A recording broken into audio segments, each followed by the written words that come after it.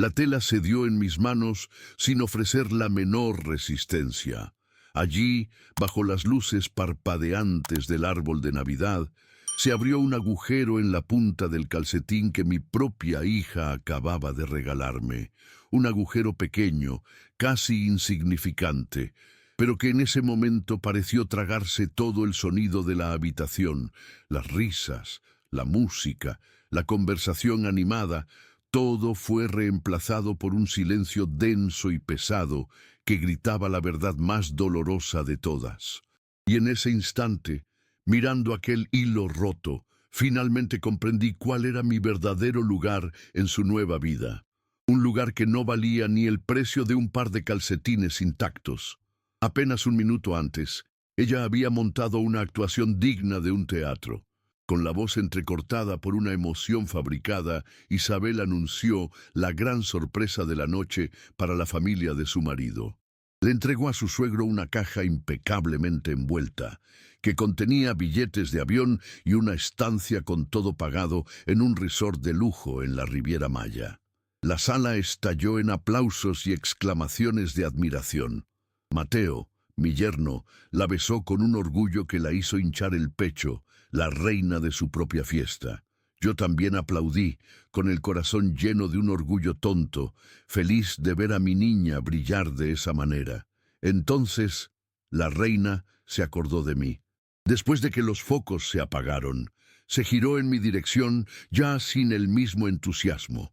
Sacó de detrás del árbol una bolsita de regalo arrugada y me la tendió con una sonrisa apresurada. «Para ti, papá, para que no pases frío», dijo, su voz una mera formalidad, sus ojos buscando ya la aprobación de sus suegros, que seguían celebrando el viaje. La bolsita era ligera, casi vacía, y mis manos, acostumbradas a toda una vida de trabajo pesado, sintieron el insulto incluso antes de revelarlo. Fue cuando saqué los calcetines finos y de pésima calidad, y fue entonces cuando la tela se rompió. Con el agujero expuesto en mi mano se instaló el silencio incómodo. Nadie sabía qué decir. Vi a los suegros desviar la mirada, fingiendo un súbito interés en las decoraciones de la pared. Pero fue el rostro de Mateo el que selló mi destino esa noche. No intentó disimular. Una sonrisa de desprecio, mal contenida, curvó sus labios mientras miraba el ridículo regalo, y luego a mí. Aquella sonrisa fue la confirmación. No había sido un error, una compra apresurada. Había sido una declaración, un acto deliberado de humillación. En ese momento lo supe. El verdadero regalo no era la tela barata en mis manos. El regalo era la claridad de que había invertido mi vida, mis sacrificios y mis ahorros en alguien que me veía como un estorbo. El dolor fue agudo, como un cuchillo clavado en el pecho, pero algo más nació de esa herida. Una calma fría, una resolución inquebrantable. Habían encendido un fuego, pero no era el fuego de la ira que esperaban. Era el fuego de una forja que comenzaba a endurecer mi corazón para la batalla que, sin saberlo, acababan de iniciar. En ese silencio me sentí el hombre más solitario del mundo. Si mi historia ya te está tocando de alguna manera, por favor, comenta desde qué ciudad, estado o país me estás viendo. Quiero saber que no estoy solo en este viaje.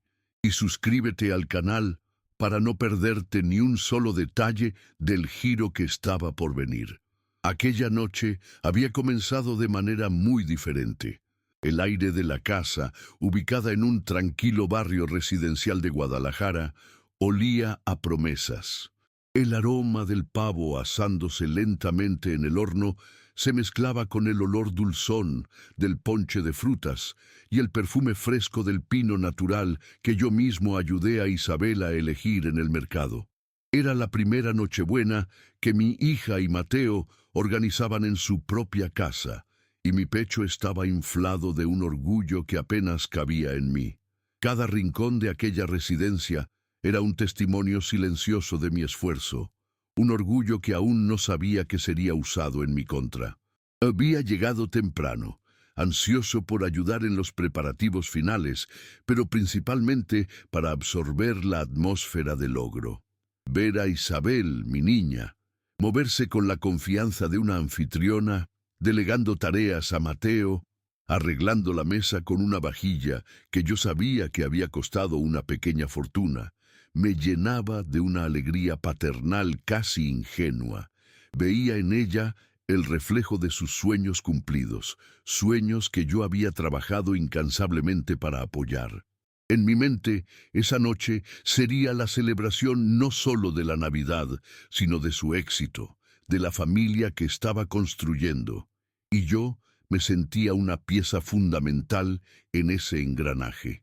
Sentado a la cabecera de la mesa, antes de la llegada de los otros invitados, observé los detalles: el mantel almidonado, los cubiertos de plata que brillaban suavemente, las copas de cristal alineadas con una precisión militar.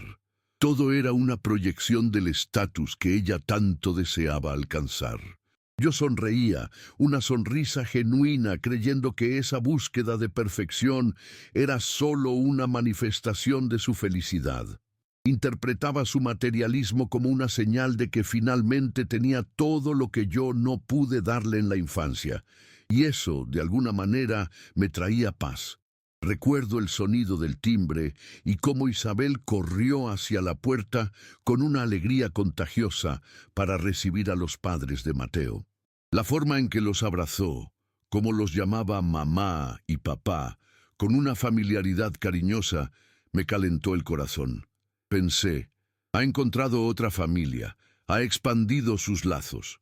No me di cuenta en ese momento de que no estaba expandiendo su familia, sino reemplazando la antigua, la deferencia con la que trataba a su suegro, un hombre de negocios con un aire importante, y la admiración que demostraba por su suegra, una mujer elegante y de hablar suave, era un espectáculo aparte.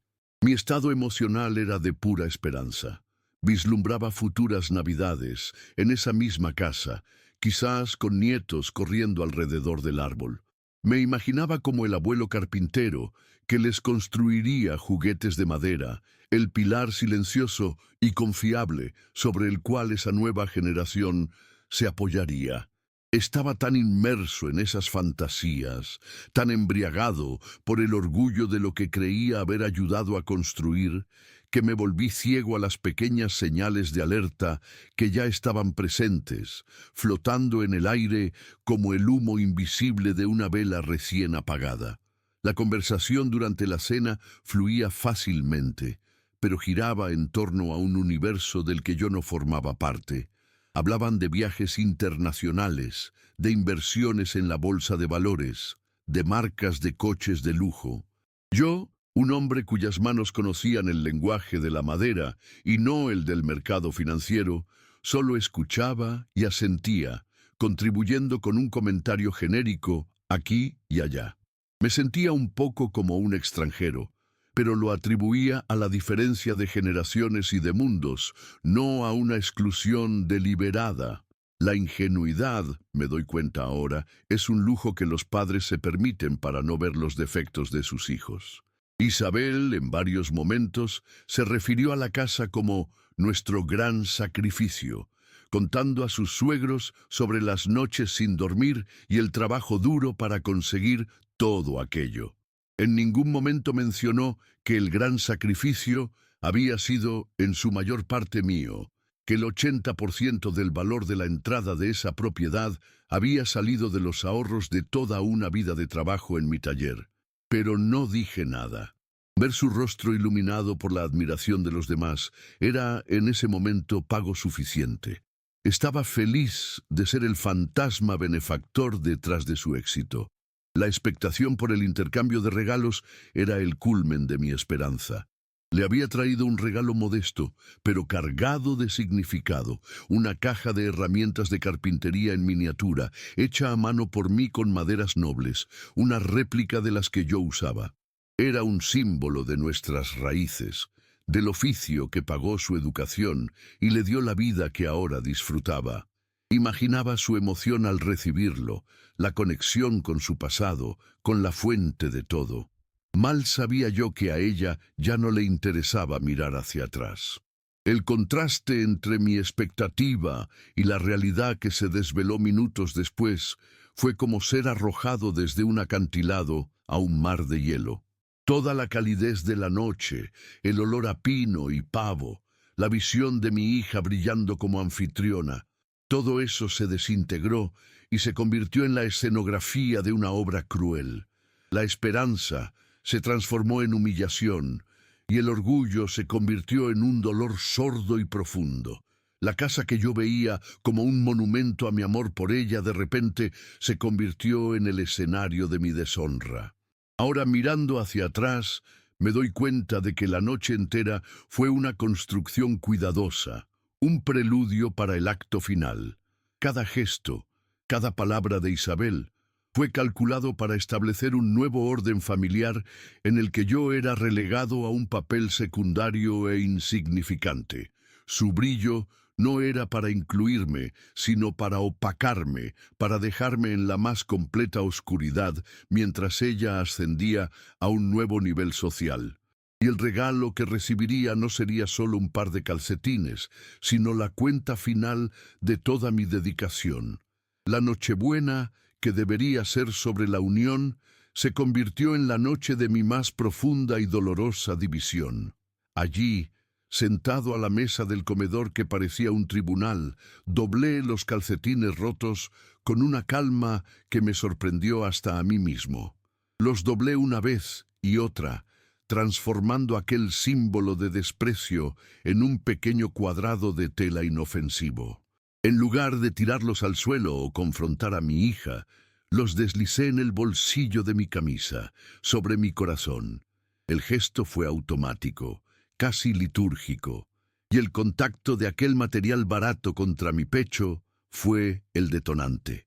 Inmediatamente, el lujoso comedor desapareció, y mi mente me transportó a otro lugar, otro tiempo, a una noche fría de 15 años atrás. Estaba en el pasillo de un hospital, bajo la luz fría e impersonal de lámparas fluorescentes que zumbaban como un insecto agonizante. El olor a antiséptico era tan fuerte que parecía quemarme las fosas nasales y el suelo de linóleo excesivamente encerado reflejaba mi rostro pálido y preocupado. Isabel, entonces una adolescente llena de vida, estaba en un quirófano. Horas antes se había desmayado de dolor. El diagnóstico fue rápido y aterrador. Apendicitis aguda, con riesgo de ruptura. El médico fue directo, su voz desprovista de emoción. La operación era de emergencia y el costo era algo que yo simplemente no tenía. Sentí el pánico subir por mi garganta, un nudo apretado de impotencia.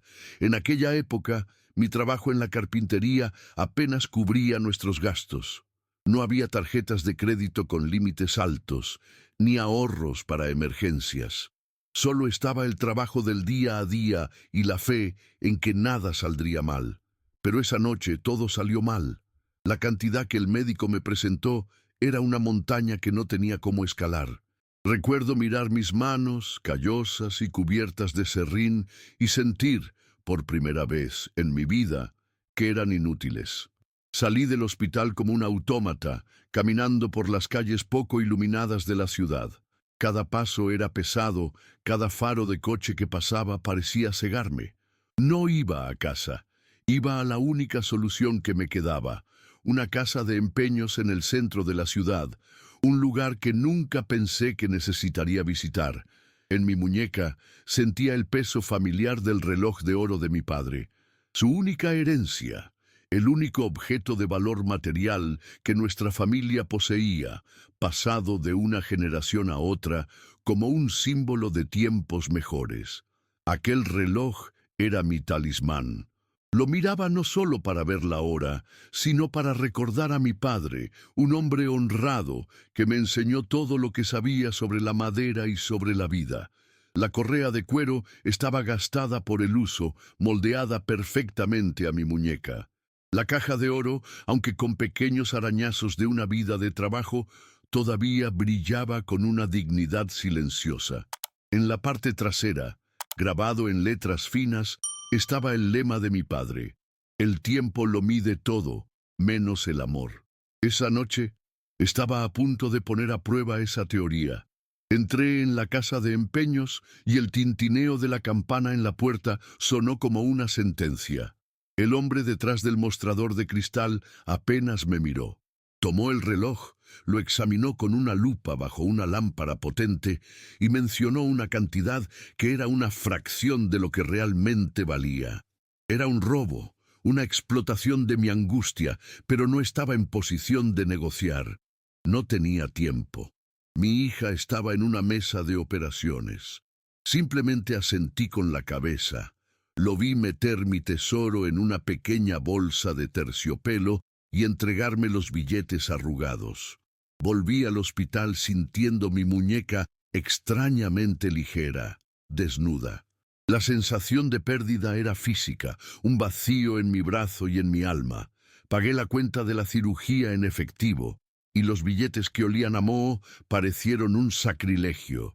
Cuando Isabel despertó, aturdida por la anestesia, pero a salvo, me sonrió. Nunca preguntó de dónde salió el dinero. Nunca notó que el reloj del abuelo había desaparecido de mi muñeca para siempre. Y yo nunca se lo conté. Mi sacrificio fue mi secreto, un pilar silencioso sobre el cual se construyó su recuperación, un amor que el tiempo realmente no podía medir. Y ahora, de vuelta en la mesa de Navidad, la injusticia de la memoria me golpeó con la fuerza de un golpe físico. El peso fantasma de aquel reloj de oro en mi muñeca, sacrificado por amor, fue reemplazado por la realidad insignificante de los calcetines rotos en el bolsillo de mi camisa, dados con desdén. La comparación entre los dos objetos, lo que yo di y lo que recibí a cambio, selló mi decisión. La deuda que sentía que tenía con ella, la obligación de un padre de proveer siempre, se evaporó en ese instante. Ya no iba a financiar mi propia deshonra. El tiempo del sacrificio silencioso había oficialmente terminado. El resto de esa noche de Navidad se desarrolló como una lenta pesadilla. Después del incidente con los calcetines, me volví invisible. Isabel no me dirigió ni una sola palabra más, excepto un apresurado adiós, papá, cuando me iba. Toda su atención, toda su energía de anfitriona encantadora fue dedicada exclusivamente a sus suegros. Se reía de sus chistes, llenaba sus copas de vino y describía con detalles extravagantes el itinerario del viaje a la Riviera Maya. Cada palabra una palada de tierra arrojada sobre mi dignidad. Yo estaba allí, físicamente presente, pero ya había sido enterrado. En un momento de optimismo fútil, intenté entregarle el regalo que le había hecho, la pequeña caja de herramientas en miniatura tallada en cedro y nogal, que me llevó semanas de trabajo cuidadoso. Cuando los suegros se levantaron para ir al baño, me acerqué a ella y le tendí la cajita. La tomó, la abrió con una curiosidad tibia y forzó una sonrisa. «Ah, qué bonito, papá, un hobby simpático», dijo antes de dejarla a un lado en la mesita de centro junto a una servilleta usada. Nunca miró los detalles, ni la madera, ni el amor tallado allí. El regalo que representaba mis raíces fue tratado como una baratija infantil. Mi salida fue tan humillante como mi estancia. Isabel me acompañó hasta la puerta, me dio un abrazo rápido y aéreo. Sus ojos ya buscando por encima de mi hombro, de vuelta a la fiesta, a lo que realmente importaba. Mateo ni siquiera se molestó en levantarse del sofá. Solo asintió con la cabeza en mi dirección, un gesto de realeza despidiendo a un siervo. Cerré la puerta detrás de mí y el sonido de su risa, amortiguado por la madera maciza, sonó como una burla. Allí, en el frío de la noche, entendí que esa ya no era una casa donde yo era bienvenido como padre, sino como un cajero automático ocasional. Y esta escalada no comenzó esa noche. Semanas antes, Isabel me llamó con una voz que mezclaba pánico y exigencia. La nueva mesa de comedor que necesitaba para la fiesta de Navidad no cabía en su presupuesto. Usó la manipulación de siempre, diciendo lo vergonzoso que sería para la familia si los padres de Mateo vieran que no tenían muebles a la altura. Me hizo sentir que el honor de todos nosotros dependía de esa mesa de roble. Y yo, como siempre, cedí. Fui al banco al día siguiente y transferí una cantidad de mis ahorros que me costaría meses reponer. Este patrón de peticiones abusivas se había convertido en el nuevo lenguaje de nuestra relación. Ya no había largas conversaciones ni consejos de padre. Nuestras interacciones eran transaccionales. Un mes era la reparación del aire acondicionado, al otro la oportunidad imperdible de comprar un sofá de diseño en oferta. Cada petición venía envuelta en un chantaje emocional, una amenaza velada de que, si no ayudaba, estaría fallando como padre, estaría impidiendo su felicidad. Y Mateo, silenciosamente, apoyaba esta dinámica siempre presente con su mirada de aprobación cuando ella conseguía lo que quería. Recuerdo una tarde, en un centro comercial, que la humillación fue pública. Pasamos frente a una tienda de electrodomésticos e Isabel señaló una cafetera importada carísima. En voz alta, para que otros clientes pudieran oír, dijo: «Papá, deberías regalarnos esta. Imagina el café maravilloso que le serviría a los padres de Mateo con ella». Sentí mi cara arder. No estaba pidiendo, me estaba exponiendo, usando la presión social para acorralarme. Negarme allí sería crear una escena, parecer un padre tacaño. Terminé comprando la maldita cafetera, sintiendo los ojos del vendedor y de otros clientes sobre mí. El abuso más constante, sin embargo, venía de la tarjeta de crédito adicional. Años atrás, se la había dado con la instrucción clara de que era para emergencias reales. Un problema de salud, una reparación inaplazable en el coche. Pero el extracto mensual contaba una historia diferente. Cenas en restaurantes que yo nunca podría pagar, ropa de marca, tratamientos estéticos. Las emergencias de Isabel eran mantener un estilo de vida que no podía sostener, una fachada que yo era forzado a financiar. La tarjeta se convirtió en una cadena y cada nuevo cargo era un eslabón más pesado. Cuando intenté hablar con ella sobre los gastos de la tarjeta, me encontré con un muro de indignación y manipulación. Me acusó de controlarla, de no confiar en su juicio. «Vaya, papá, pensé que te alegrarías de verme bien», dijo con lágrimas de cocodrilo en los ojos. «Es tan difícil mantener las apariencias para la familia de Mateo. Son de otro nivel. No entiendes la presión que sufro». Le dio la vuelta a la tortilla de tal manera que al final de la conversación yo era el villano insensible y ella la víctima incomprendida. Salí de la discusión pidiendo disculpas, sintiéndome culpable por mi propia prudencia. Su arrogancia se alimentaba de comparaciones constantes y crueles. Hablaba sin parar de cómo los padres de Mateo eran generosos de verdad. Mencionaba el coche que el suegro le había regalado a su hijo, las joyas que la suegra le daba a ella. Cada historia era un alfilerazo, una forma de decirme que mis sacrificios, que eran la base de toda su vida, eran insuficientes, eran de segunda clase. Me menospreciaba para justificar su propia ingratitud, haciendo parecer que mi amor era menor, porque mi extracto bancario era más modesto. Su sentimiento de merecimiento era absoluto. No pedía, ordenaba. Una vez dejó una factura de impuestos de la casa sobre la mesa de mi taller con una nota: «Vence el viernes». Sin un «por favor», sin un «¿puedes ayudarme con esto?». La presunción era que sus responsabilidades financieras eran en realidad mías. Me había convertido en un empleado en su vida, un gestor de cuentas no remunerado cuya única función era garantizar que su espectáculo nunca se detuviera por falta de fondos. La puñalada más profunda, sin embargo, era la vergüenza que sentía de mí. Cuando sus amigos ricos y sofisticados venían a visitarla y yo estaba cerca, me presentaba con una vergüenza palpable. Este es mi padre, Arturo. Él le gusta hacer cosas con madera, decía, reduciendo toda mi vida de oficio y arte a un pasatiempo de viejo. Veía en sus ojos el miedo a que descubrieran sus orígenes humildes, el miedo a que el olor a serrín de mi abrazo pudiera manchar su barniz de nueva rica. El chantaje final era siempre el mismo, la estabilidad de su matrimonio. Insinuaba que, sin mi apoyo financiero, no podrían mantener el nivel de vida que la familia de Mateo esperaba. Necesitan ver que estamos bien, papá. Es importante para el futuro de Mateo en la empresa de su padre, argumentaba. En otras palabras, la felicidad y el éxito de su matrimonio eran mi responsabilidad, y el precio era mi sumisión financiera continua.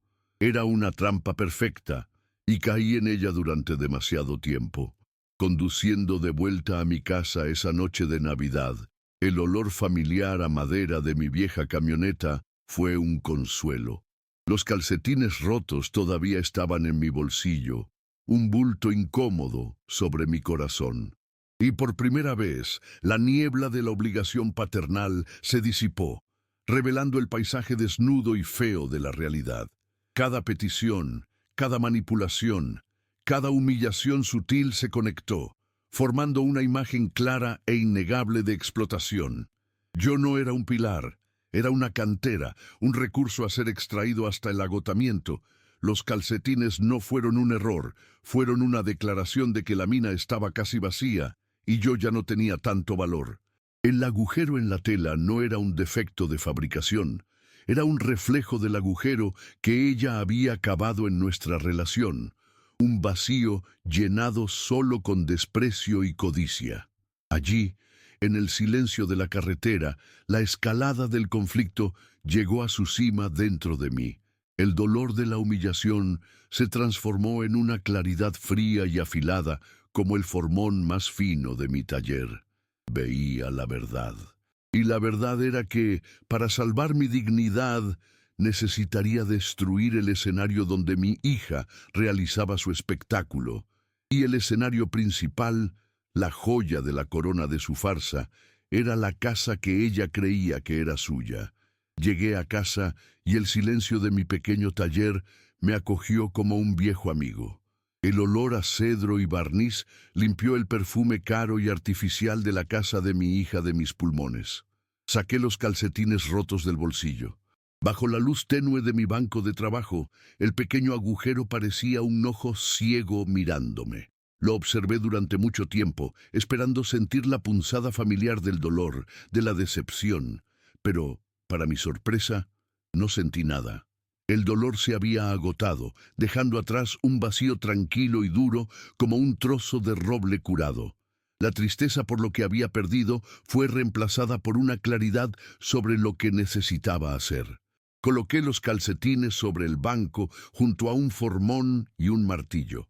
Allí, entre las herramientas que construyeron la vida de mi hija, su regalo parecía aún más patético, pero ya no era un insulto. Se había transformado en otra cosa, una pieza de evidencia, una prueba final e irrefutable que necesitaba para absolverme de la culpa que sentiría por lo que estaba por venir. Miré mis propias manos, las cicatrices y los callos de toda una vida de sacrificio. Esas manos no eran débiles. Habían construido y ahora, con la misma precisión, iban a desmantelar.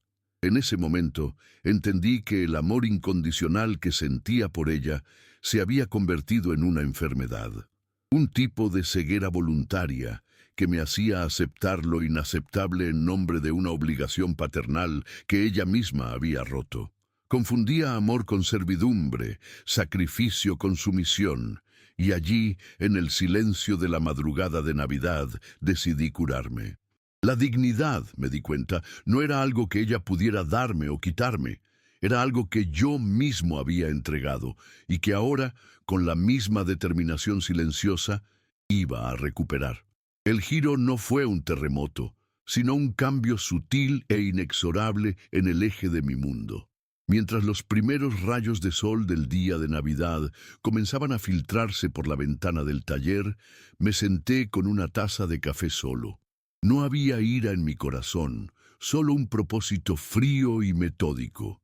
El agotamiento emocional de la noche anterior dio paso a una energía enfocada. Tomé un lápiz y un cuaderno y comencé a hacer una lista, no como un padre, sino como un inversor que evalúa sus activos. El primer punto, la casa. El segundo, la tarjeta de crédito. El tercero, mi testamento. Ya no eran lazos de amor, eran palancas de poder, y por primera vez estaba dispuesto a usarlas. El plan se formó en mi mente, no como un acto de venganza, sino como un reequilibrio necesario de cuentas, una corrección de un error que permití que creciera durante demasiado tiempo. Miré una última vez los calcetines sobre el banco. Eran el punto final de un largo capítulo de humillación. Y me hice una promesa a mí mismo. Esa sería la última Navidad de mi deshonra. El próximo regalo que Isabel recibiría de mí no sería algo que pudiera desechar. Sería una lección. Una lección sobre el verdadero costo de las cosas, entregada no con gritos, sino con el silencio cortante de consecuencias inevitables. La decisión estaba tomada. La mañana del día de Navidad amaneció fría y soleada. Mientras el resto de la ciudad desenvolvía regalos y se reunía en familia, yo estaba en mi taller. No había celebración para mí, solo trabajo por hacer. Un tipo diferente de trabajo, que no requería sierras ni lijas, sino el peso de un teléfono y la firmeza de una voz que no temblaría. Miraba el viejo aparato en mi escritorio, no como una herramienta de comunicación, sino como el mazo de un juez, listo para asestar los golpes que restablecerían el orden en mi universo.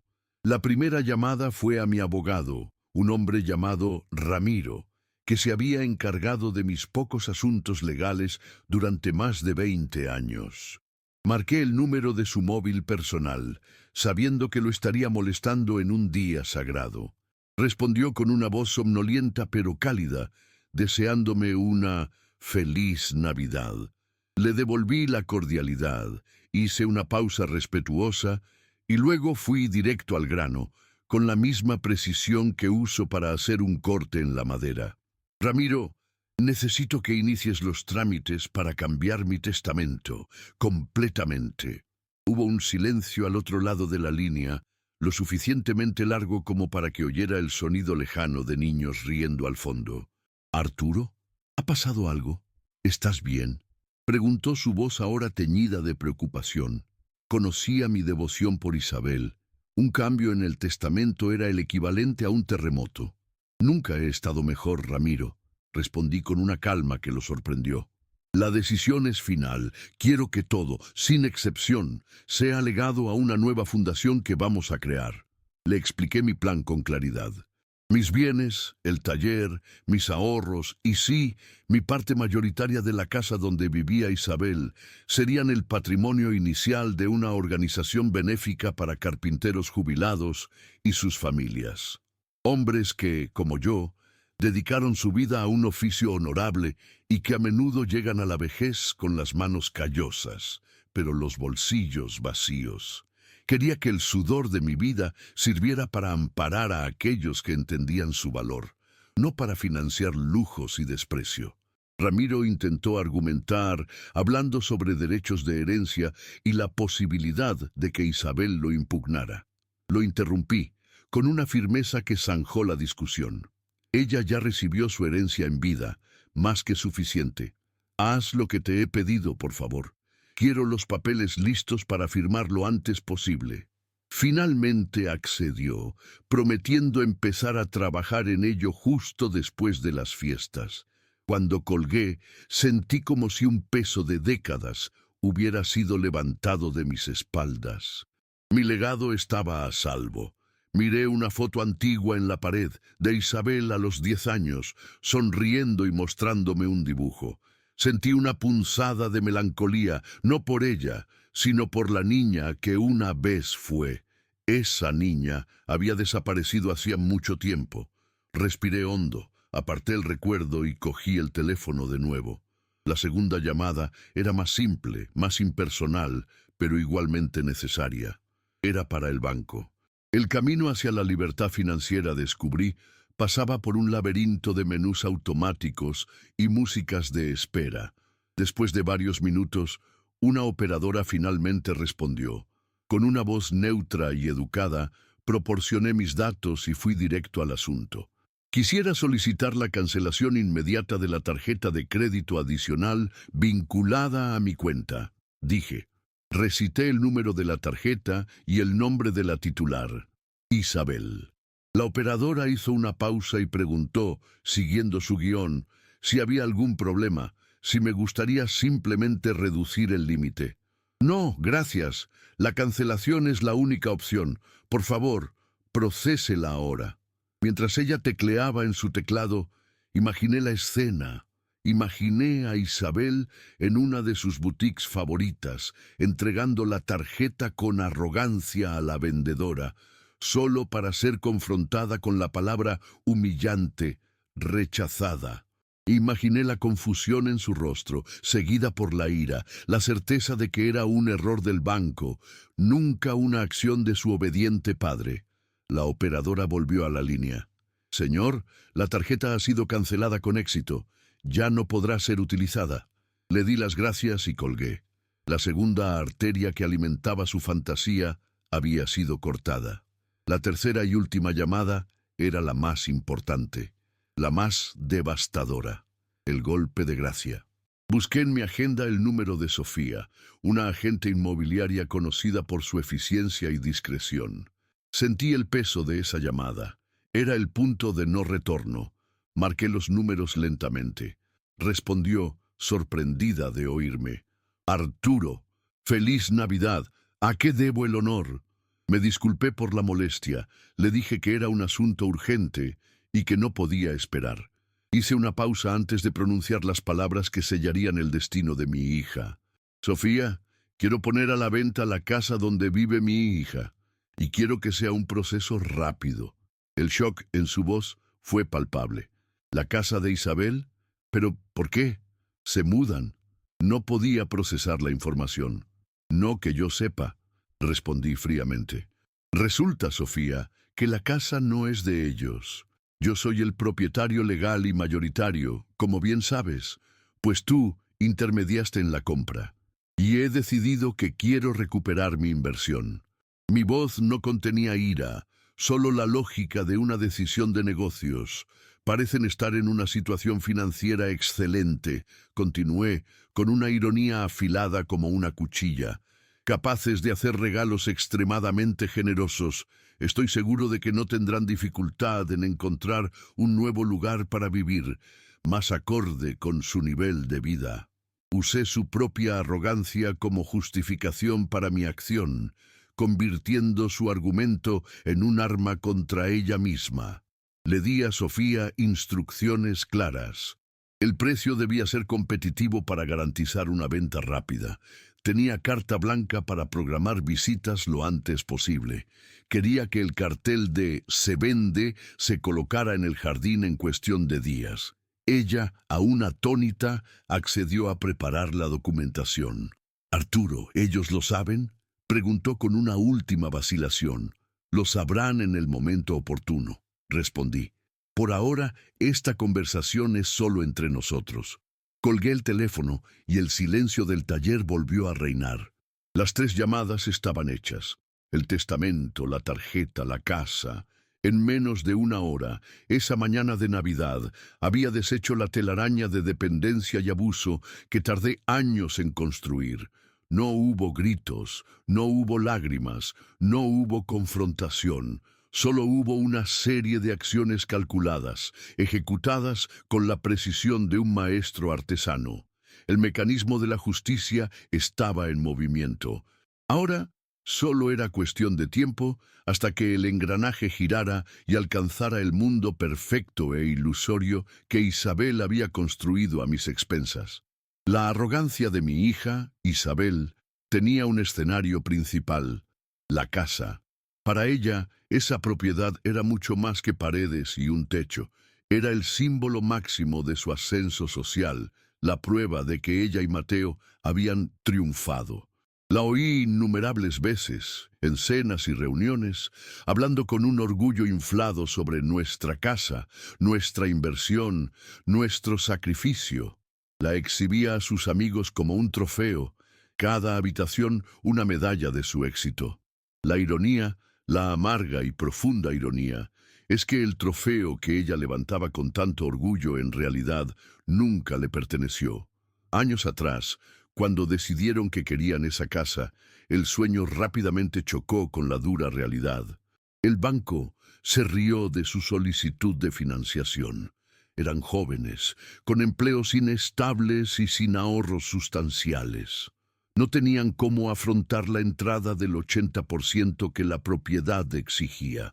Recuerdo la desesperación en los ojos de Isabel, el drama, las lágrimas, la certeza de que la vida era injusta con ella.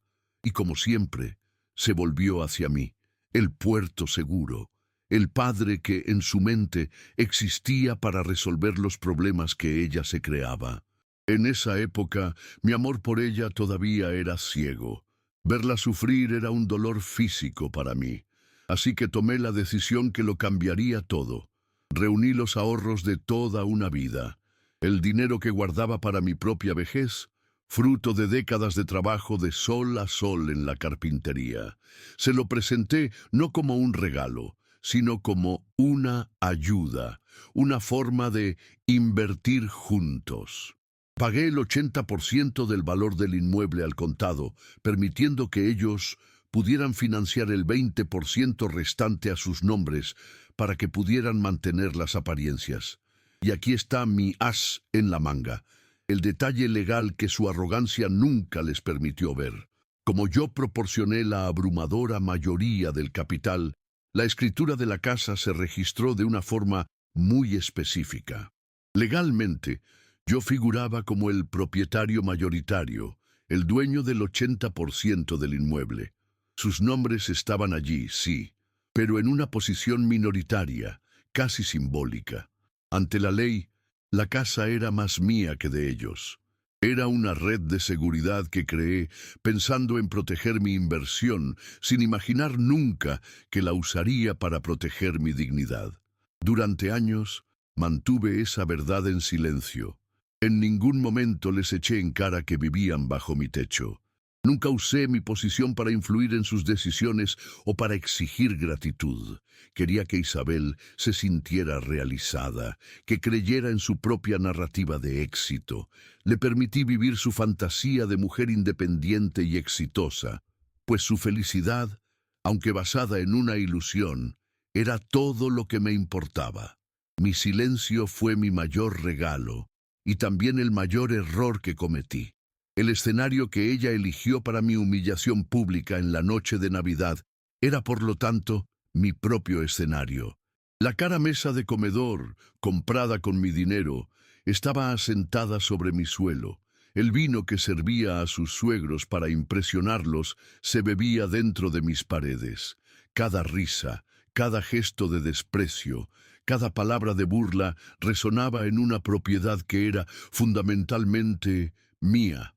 Ella era la reina de un castillo que no le pertenecía, y estaba tan ciega por el brillo de su corona de plástico que nunca se dio cuenta de quién ostentaba realmente el poder. La codicia y el sentimiento de merecimiento de Isabel y Mateo les impidieron ver la verdad. Se acostumbraron tanto a mi generosidad que pasaron a verla como una obligación. Mi dinero no era un regalo, era un recurso. Mi apoyo no era un acto de amor, era la función natural de un padre. Nunca se tomaron la molestia de leer los detalles de la escritura, de entender la estructura legal de nuestra sociedad. Simplemente asumieron que todo era suyo, porque en su mundo egocéntrico así es como debían ser las cosas. Mientras ellos se preocupaban por la marca del coche, la ropa de diseño y los viajes a la Riviera Maya, la verdadera fuerza estaba latente en un documento guardado bajo 7 llaves en el despacho de mi abogado. Construyeron un castillo de naipes sobre un terreno que no controlaban, y yo estaba a punto de soplar.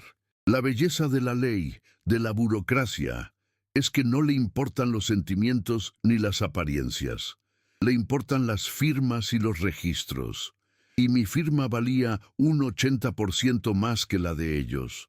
Mi llamada a la agente inmobiliaria, Sofía, no fue por lo tanto una petición. Fue una orden ejecutiva del propietario mayoritario. El cartel de "Se vende", que pronto sería clavado en el césped perfectamente cuidado del jardín delantero, no sería un error o una broma de mal gusto. Sería el ejercicio legal de mi derecho de propiedad, un derecho que ellos habían olvidado convenientemente que existía.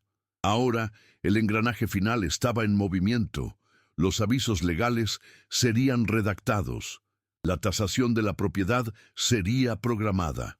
Isabel y Mateo continuaban sus vidas sin saber nada, probablemente riéndose de mi excentricidad y de mi patético regalo.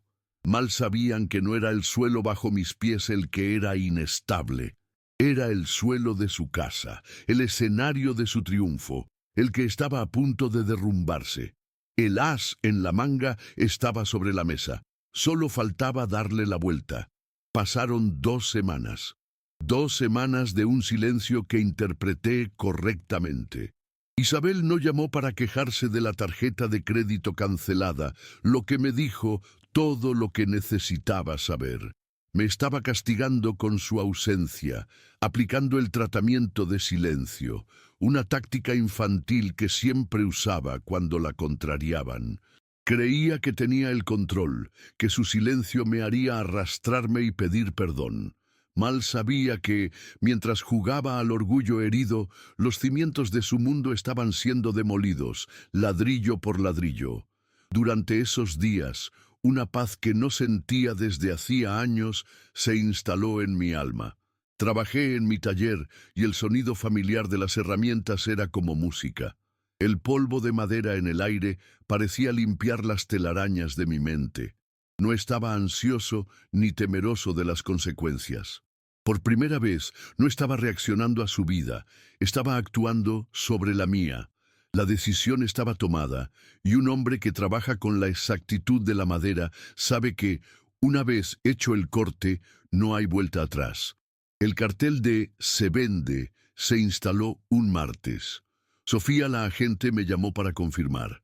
Está hecho, Arturo. Cerré los ojos e imaginé la escena. El cartel rojo y blanco clavado en el césped impecable que ayudé a plantar. Un contraste flagrante con la fachada elegante de la casa. No era un cartel, era un anuncio. El anuncio silencioso de que la era de la ilusión había llegado a su fin. Era el primer paso visible de mi revolución silenciosa. Una declaración pública de que el dueño de la propiedad había retomado el control. El golpe final fue la notificación legal, un documento oficial entregado por un mensajero informando a los ocupantes de que la propiedad había sido vendida y que tenían el plazo legal de 30 días para desalojar el inmueble. El documento era frío, impersonal e irrefutable. No era la petición de un padre dolido, era una orden judicial basada en un derecho de propiedad incuestionable. El lenguaje de la ley era el único que no podían manipular o distorsionar con chantaje emocional. Y entonces sonó el teléfono. Era un viernes por la tarde y el zumbido de mi sierra de mesa llenaba el taller. El timbre del teléfono fue una alarma estridente, cortando la monotonía de mi trabajo. Me sequé el sudor de la frente, miré el identificador de llamadas y vi su nombre, Isabel. Lo sabía. Había llegado la hora. Dejé que el teléfono sonara 3 veces más. Un pequeño acto de poder antes de apagar la sierra, respirar hondo y atender la llamada. No pude decir una palabra. Su voz explotó al otro lado de la línea.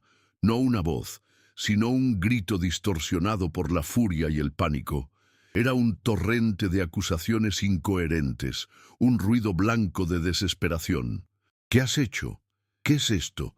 ¿Es una broma? Sostuve el teléfono a una pequeña distancia de mi oído. con la calma de un hombre que observa una tormenta formarse en el horizonte, sabiendo que está a salvo en su refugio. Dejé que gastara su primera oleada de histeria en el vacío.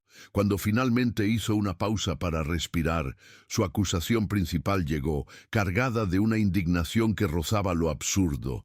¿Cómo has podido hacernos esto? ¿Vender nuestra casa? El énfasis en nuestra casa era casi cómico. Todavía estaba atrapada en la fantasía, incluso con la orden de desalojo en sus manos.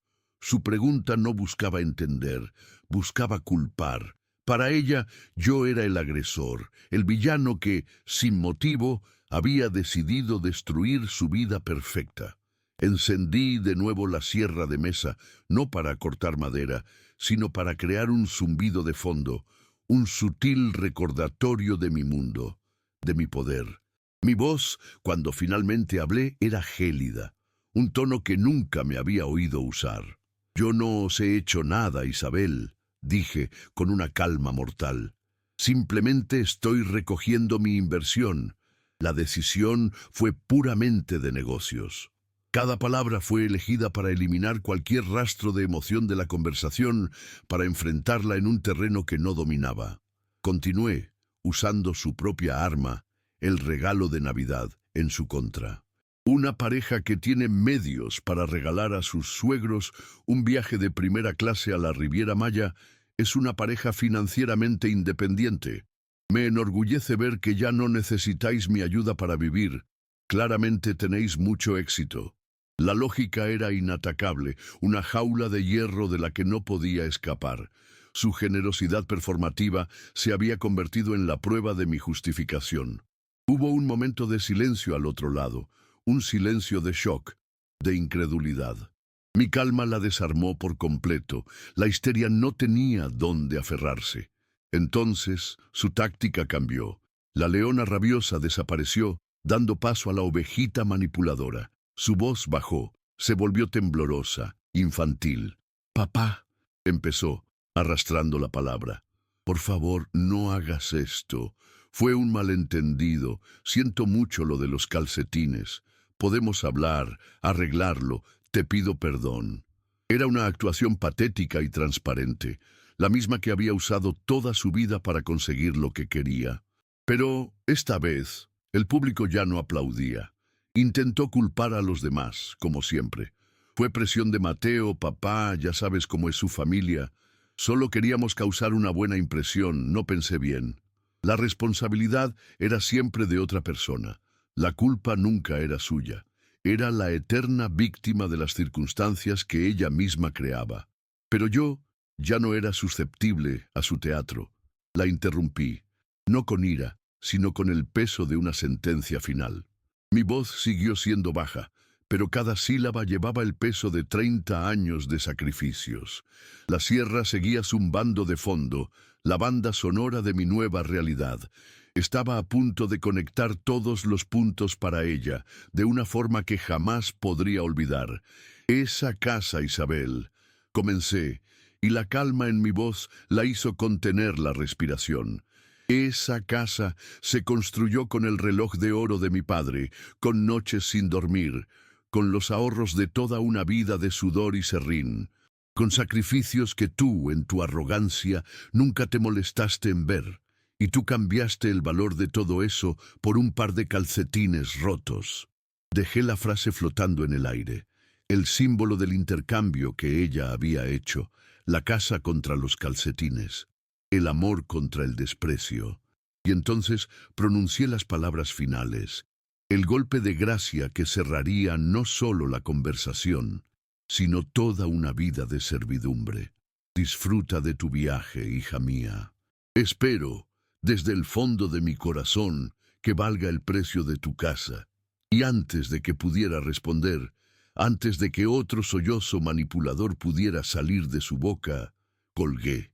Presioné el botón de finalizar llamada y el silencio volvió a mi taller, ahora llenado solo por el zumbido constante y honesto de mi sierra. El enfrentamiento había terminado y por primera vez yo había ganado. Isabel finalmente se dio cuenta de que había roto algo mucho más valioso que el corazón de su padre, su propio futuro.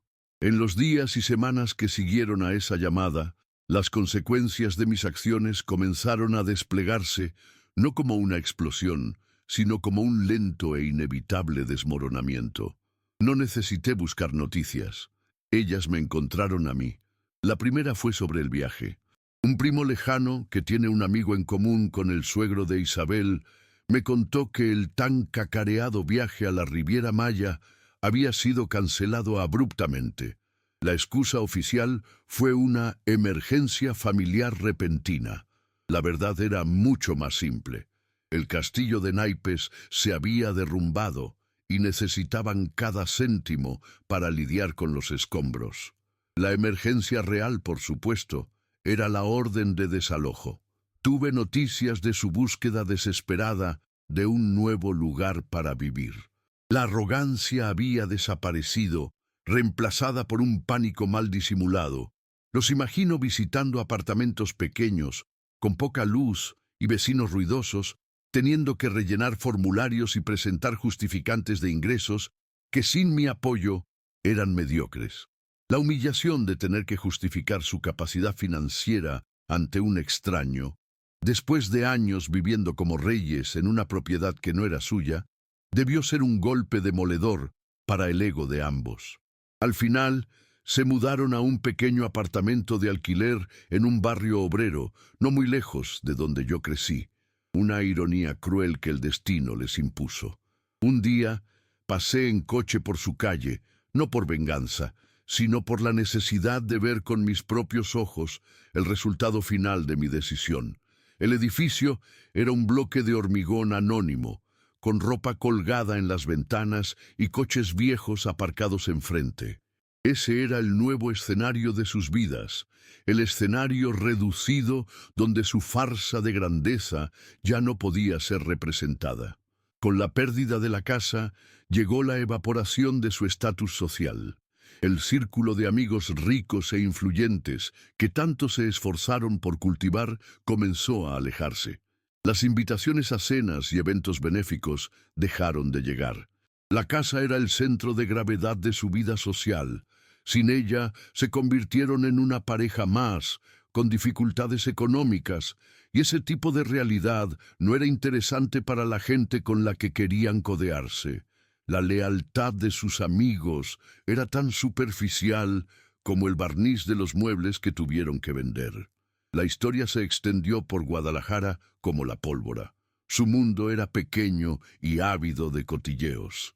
El cartel de "se vende" frente a la casa, la mudanza repentina, el viaje cancelado. Cada detalle fue diseccionado y comentado. Isabel, que vivía para la admiración de los demás, se convirtió en objeto de lástima y burla. La humillación que me impuso en la privacidad de un comedor ahora era suya, multiplicada por 1000 en la plaza pública de su red social. Su mayor vergüenza no fue perder la casa, sino que todos supieran que la había perdido. La reacción más devastadora, sin embargo, vino de donde más buscaba aprobación: sus suegros.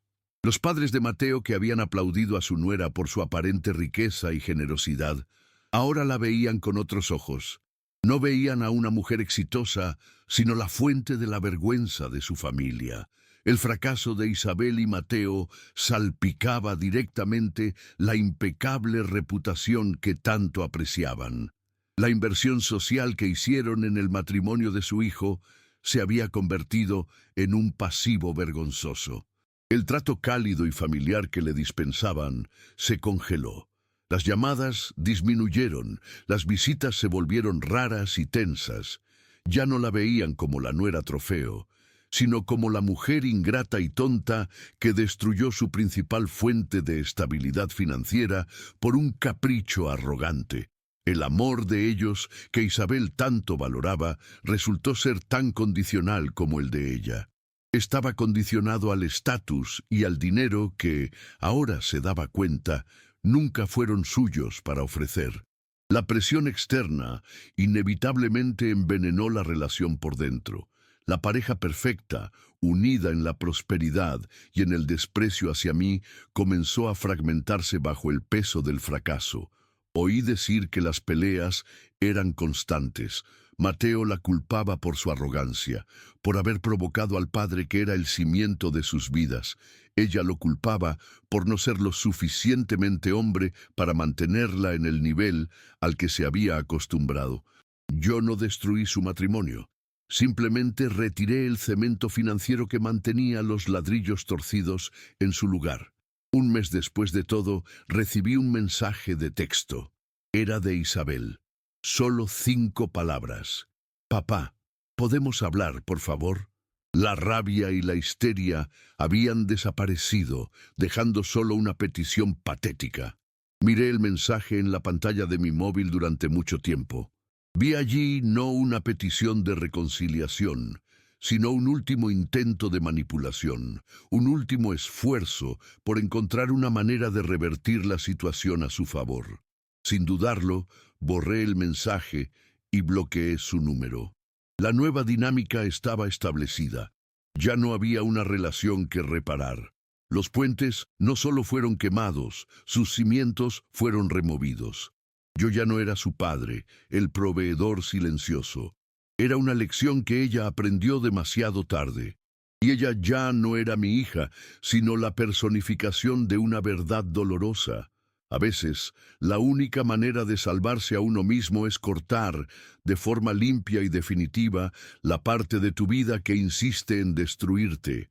Las consecuencias no eran un castigo, eran la cosecha natural y justa de las semillas que ella misma sembró. Pasó un año entero, con sus 4 estaciones, y el silencio al otro lado de la línea nunca más se rompió. Y en ese tiempo, el vacío dejado por la ausencia de mi hija se ha llenado, no con amargura, sino con el suave sonido de la madera siendo lijada y el olor de una nueva promesa. Estoy en mi taller, mi santuario. La luz de la tarde entra por la ventana, iluminando las partículas de serrín que danzan en el aire como luciérnagas doradas. En mis manos está mi más reciente creación, una cuna de madera de fresno, con tallas de pequeños pájaros en los laterales. Una sonrisa se forma en mis labios mientras paso la mano por la superficie lisa y perfecta de la cuna. No es una sonrisa de venganza o de triunfo amargo, es una sonrisa de paz, una serenidad que pensé haber perdido para siempre. Esta cuna no es para un nieto que quizás nunca conoceré. Es para un niño anónimo, en uno de los orfanatos de la ciudad a los que ahora dedico mi trabajo y mi tiempo. He descubierto que la familia no tiene por qué definirse por la sangre, sino por el propósito. Mi legado ya no será una casa o una cuenta bancaria para ser dilapidada, sino el consuelo y la seguridad que mis manos pueden ofrecer a quien empieza la vida sin nada. Con un cuidado casi ceremonial, le doy el pulido final a la cuna y la llevo a un rincón del taller, donde se une a una pequeña mecedora y a una caja de juguetes. La imagen final de mi trabajo ya no es la lujosa casa de Isabel, sino este pequeño ejército de muebles modestos, cada uno una pequeña isla de esperanza. Miro mis manos, las venas salientes y las cicatrices antiguas. Son las mismas manos que un día entregaron un reloj de oro para salvar una vida y que después fueron consideradas indignas. Hoy han vuelto a construir, no por obligación, sino por vocación. Vuelvo a mi banco de trabajo. En un rincón hay una pequeña caja de madera de nogal, que yo mismo tallé con un intrincado diseño de hojas de roble. Abro la tapa. Dentro, cuidadosamente doblados, reposan los calcetines rotos. Ya no me causan dolor, han perdido su poder sobre mí. Ahora son solo un artefacto, un recordatorio mudo de una lección cara, pero necesaria. Son mi diploma de graduación de la Escuela de la Ingenuidad, mi testimonio de que la gratitud no se puede forzar y el respeto no se puede comprar. Cierro la caja con un suave clic. Los calcetines permanecen allí, no como una herida abierta, sino como una cicatriz que cuenta una historia de supervivencia. Me recuerdan que la verdadera dignidad no es algo que se exige a los demás, sino algo que se construye día tras día con el sudor del propio trabajo y con el coraje de decir basta. Mi vida ahora es más simple, más silenciosa, pero infinitamente más rica. Mi paz se ha construido en este pequeño taller y la fuerza para contar todo esto vino de saber que ustedes estaban ahí. Muchas gracias a cada uno que comentó desde dónde estaba viendo. Leer el nombre de tantas ciudades me dio calor en el corazón. Si esta historia te inspiró de alguna manera, deja un último comentario y lo más importante, suscríbete al canal para formar parte de nuestra comunidad y no perderte las próximas historias.